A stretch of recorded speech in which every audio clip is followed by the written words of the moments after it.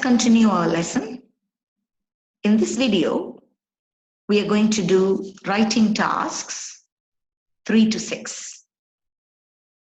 So what's our lesson objective? Describe a process. I hope all of you know what a process is.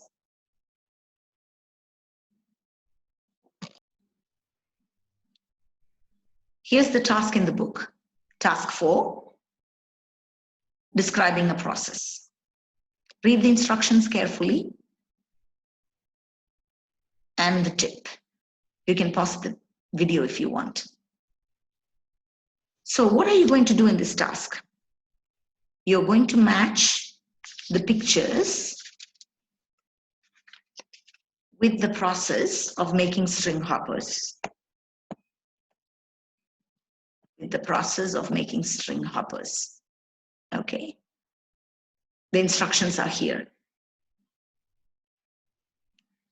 All right. Let me go to the tip.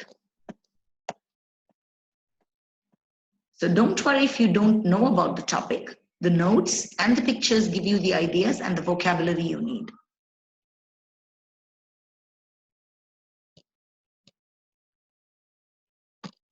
Let's do an example.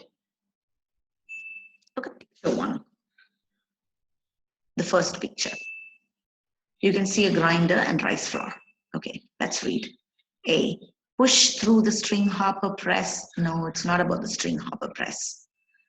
The string hopper press is here. Okay. Add water. It's not about adding water. Put the rice into the grinder and grind into flour. Okay, so that's picture 1. Okay, so picture 1 is C. All right. Can you do the task? Carry on. Pause the video and match all the pictures with the instructions. You can use your dictionary if you need help.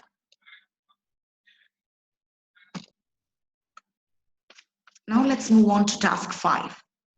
Grammar focus. The present simple passive. In my previous video, I told you that I will discuss present passive in detail.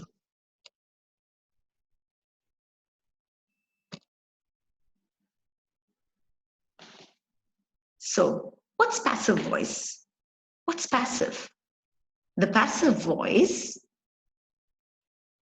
focuses on the object of the sentence. We focus on the object of the sentence. So that means the subject or the person who does the action is not important. Let's look at this sentence, for example. Look at this sentence. He opens the door. So he is the subject of the sentence. He is doing the action. Okay. So he is the focus of this sentence. The subject is the focus of this sentence. Let's look at the verb. The verb takes an S because the subject is he. And the verb is in the present simple. Okay. All right.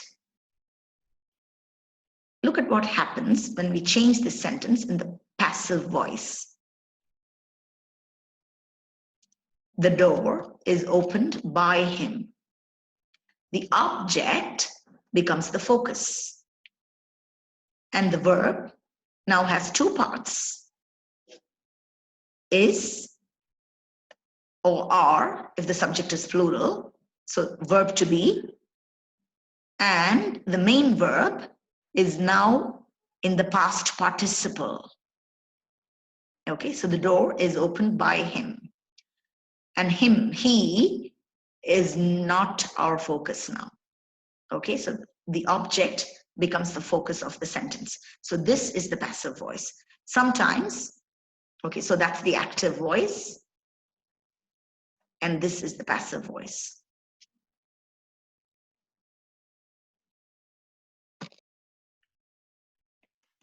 Sometimes the subject is not even mentioned in the sentence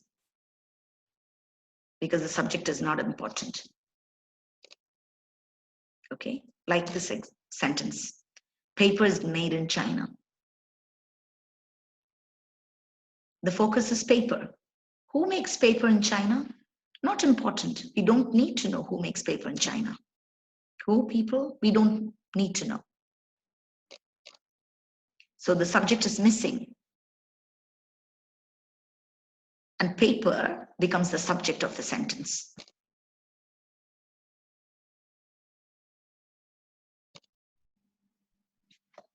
Look at task 5 and the picture. This task is about tea.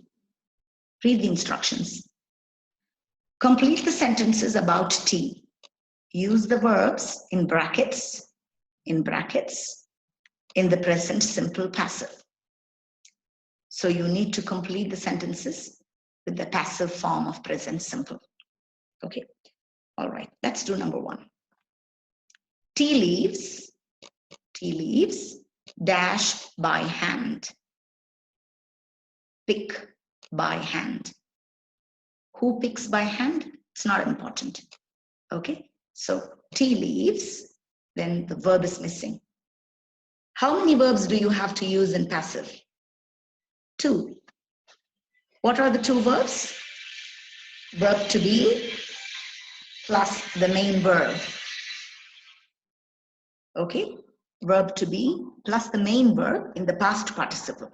All right, so let's look at tea leaves. Let's look at the word. Let's look at the subject here. Okay, now this is the object that's become the subject. Okay, tea leaves, singular or plural? Right, plural. So is or are? Are. Tea leaves are. What's the past participle of pick? Picked.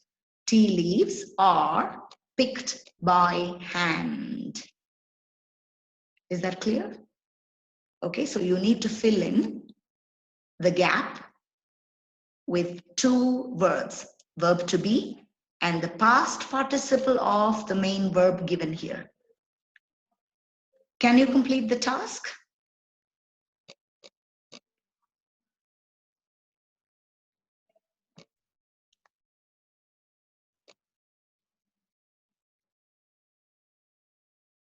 Okay, grammar focus, sequencing words.